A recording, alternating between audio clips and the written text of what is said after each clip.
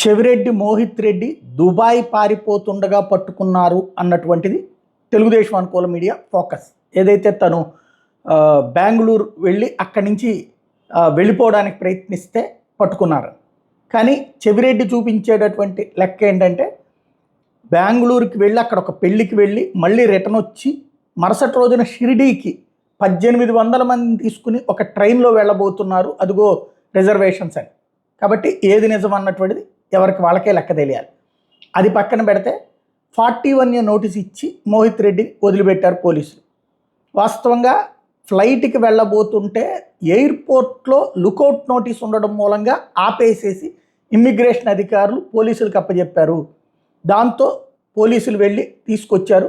అయితే వివాదం నడిచేటప్పటికి 41A notice ఇచ్చి వదిలిపెట్టారు. ఇది ఒక ఆస్పెక్ట్. అదే సందర్భంలో ఇక్కడ ఒక విచిత్రమైన పరిస్థితి ఏంటంటే, నేను ఇంతకుముందు కూడా చెప్పా, ఆంధ్రప్రదేశ్ రాజకీయాలలో ఎప్పటికైనా సరే నాయకులందరూ కూర్చోకపోతే ప్రతి ఒక్కడూ వెధవే అవుతాడు, ప్రతి ఒక్కడూ దొంగే అవుతాడు, ప్రతి ఒక్కడూ కూనికోరే అవుతాడు. చివరికి ఎదుటి వాళ్ళకి సిగ్గుతో తలదించుకునే పరిస్థితులు ఒకళ్ళకొకళ్ళు కల్పించుకుంటున్నారు. ఎందుకు అంటే ఇతను విదేశాల్లో చదివి వచ్చిన కుర్రోడు. చెవిరెడ్డి భాస్కర్ రెడ్డి కొడుకు కానీ కరుణాకర్ రెడ్డి కొడుకు కానీ మంచి ఎడ్యుకేటెడ్. వీళ్ళు గాలి వెధవలు కాదు, లేకపోతే గాలి తిరుగులు తిరిగినటువంటి వాళ్ళు కాదు, లేదా రౌడీజాలతో పైకి వచ్చినటువంటి వాళ్ళు కాదు. మంచి విద్యావంతులు. మంచి విద్యావంతులైన వాళ్ళే ఇప్పుడు అనేక మంది నాయకుల కొడుకులు కూడా. ఇప్పుడు ఆవిడ పేరేంటి, పరిటాల సునీత కొడుకు శ్రీరామ్ కావచ్చు, లేకపోతే కనుక కారుమూరి కొడుకు సునీల్ కావచ్చు. వీళ్ళందరూ మంచి ఎడ్యుకేటెడ్. ఈ ఎడ్యుకేటెడ్ అయినటువంటి వాళ్ళు ఒక్కసారి కూర్చొని ఆలోచించుకోవాలి. అన్ని పార్టీల్లో ఉన్నటువంటి నేతల బిడ్డలు ఒక్కసారి ఆలోచించుకోండి. మీరు రౌడీలుగా బతకాలనుకుంటున్నారా?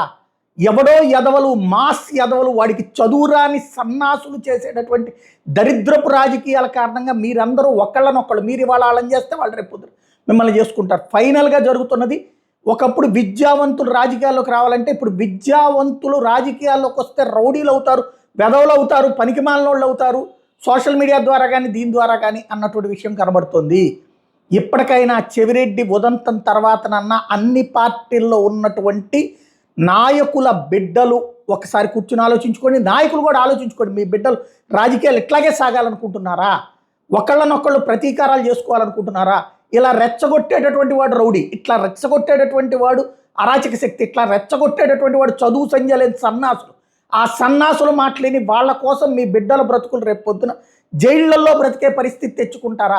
వాడు జైలుకి పోయాడంటే అది గతి లేక ఏదో పనులు చేసి జైలుకి వెళ్తారండి. మీ బిడ్డలు జైళ్ళకి వెళ్ళేటటువంటి కర్మ, ప్రతి ఒక్కడు జైలు ఖైదీల్లాగా బ్రతకాల్సిన కర్మ కావాలో ఆలోచించుకోవాలి.